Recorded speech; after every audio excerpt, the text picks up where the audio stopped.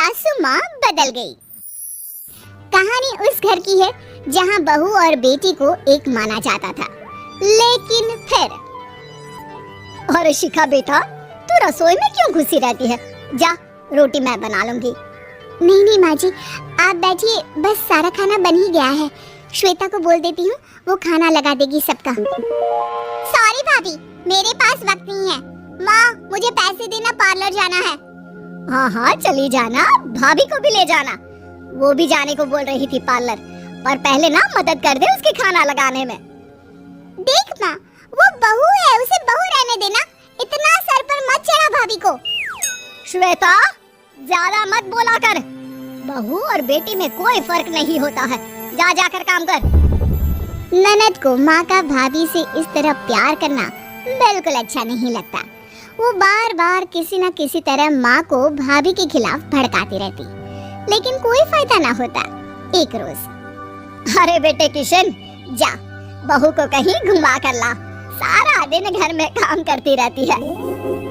हाँ हाँ माँ, हम लोग जा रहे हैं ना गोवा। अच्छा जी, भाभी ने तो हमें बताया भी नहीं। वैसे तो सारी पंचायत करती है, ये गोवा वाली बात क्यों छुपा गई हमसे?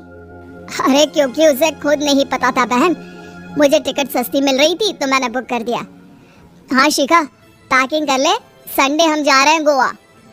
दोपहर में शिखा पैकिंग कर रही थी कि सास आ जाती है। ये क्या बहू, साड़ियाँ? अरे गोवा जा रही है घूमने या फिर शादी में मायके हैं?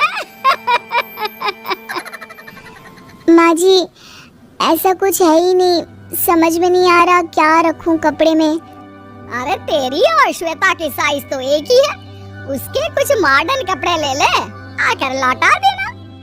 हाँ माँ जी, ये ठीक रहेगा। शिखा श्वेता के पास जाती है और उससे कपड़े मांगती है। ना जी ना, मैं अपने कपड़े ना दूं, वैसे भी फैल जाएंगे मेरे कपड़े, बहुत महंगे वाले हैं। शिखा मुंह लटकाकर कमरे में आ जाती है तो सास कहती है, चल तैयार हो जा, तुझे मैं शॉपिंग करा कर लाती हूँ गोवा की। बस फिर क्या था, सास बहू निकल जाते हैं मार्केट और एक से बढ़कर एक ड्रेस खरीद कर घर आते हैं। पहले बता देती कि नए कपड़े दिलाने वाली है भाभी को, तो मैं अपने ही दे देती ना भाभी को, मुझे दिला देती नए कपड़े। देख श्वेता, परिवार का मतलब सबके साथ रहना होता है, ना कि सिर्फ अपना सोचना। वैसे भी तुझे अच्छे संस्कार सीखने चाहिए। और रही बात कपड़ों की, तो शिखा, आज से घर पर भी तू मॉडर्न कपड़े ही पहनेगी, कोई जरूरत नहीं है ये साड़ी वाड़ी लपेटने की। अब क्या था, घर पर श्वेता और शिखा एक जैसे रहते। एक बार पड़ोसन आती है। अरे बेटा, अपनी माँ को तो बुलाना जरा, बात करनी है। शिखा सास को बताती है और रसोई में चली जाती है। ये आपकी बेटी बहुत बड़ी हो गई है, इसके लिए एक रिश्ता है, कहो तो बता दूं। ये बेटी नहीं बहू है, घर में सब एक जैसा ही रहता है। वैसे मेरी बेटी भी बड़ी हो गई है, कोई रिश्ता हो तो जरूर बताना।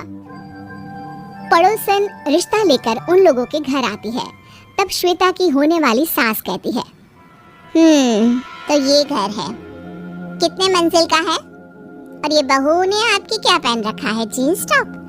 अरे भाई, साड़ी वाड़ी नहीं है क्या इसके पास? देखिए, सर्दी है तो साड़ी में बहू कैसे मैनेज करती, वैसे पहनती है साड़ी भी। देखिए, हम लोग ठहरे पैसे वाले लोग, कोई कमी नहीं है हम लोगों के पास पैसों की, बहुत पैसे हैं, जमीन, नौकर चाकर, कार, सब कुछ है, लेकिन घर में संस्कारी बहू चाहिए, समझ रही है ना आप? सास कुछ कहती कि श्वेता बोल पड़ती है, हाय रे, नौकर चाकर से लेकर जमीन, कार, पैसा, हाँ मुझे रिश्ता मंजूर है मुझे। अरे रुक जा श्वेता, मैं बात कर रही हूँ ना। देखिए, हम लोगों के घर इतनी आजादी नहीं मिलेगी। अरे हाँ कर देना माँ, हाँ कर दे जल्दी से।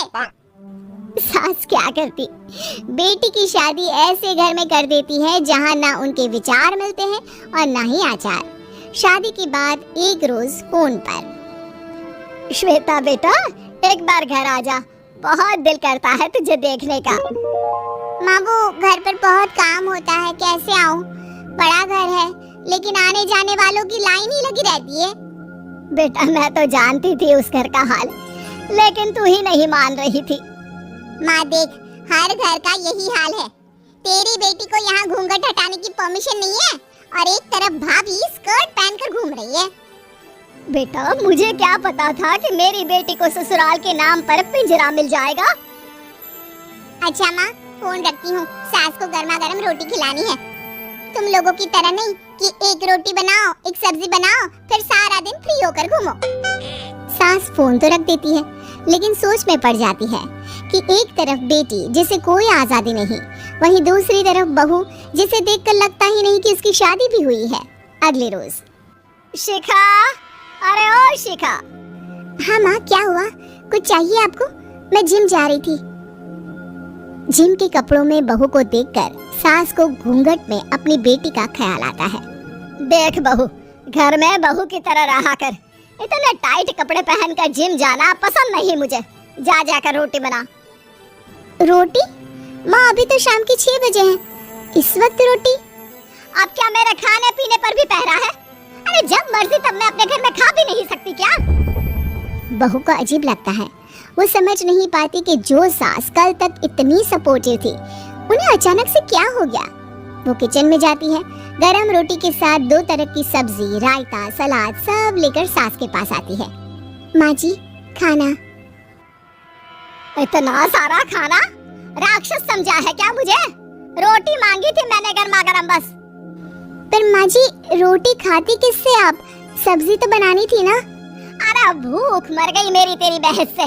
जा जाकर काम कर, अंदर पूरी रसोई साफ कर। बहू अंदर चली जाती है। थोड़ी देर में श्वेता घर आती है। अरे शिखा, जल्दी से चाय ला, पकवान बना, मेरी बेटी आई है। अरे नहीं नहीं माँ, ड्राइवर बाहर खड़ा है। मैं तो घर का कोई सामान खरीदने के बहाने यहाँ आ गई हूँ। मुझे जाना होगा। अरे बेटा, पर कितने दिनों बाद देख रही हूँ तुझे। रहने आ जाना 2-4 दिन के लिए। आ जाऊंगी माँ, जब मेरी सास मरेगी तब। मैं तो रोज मन्नत मानती हूँ कि मेरी सास मर जाए तो अच्छा है। अच्छा चल, जा रही हूँ माँ। हे भगवान, कैसे कैसे दिन देखने पड़ रहे हैं मेरी बेटी को।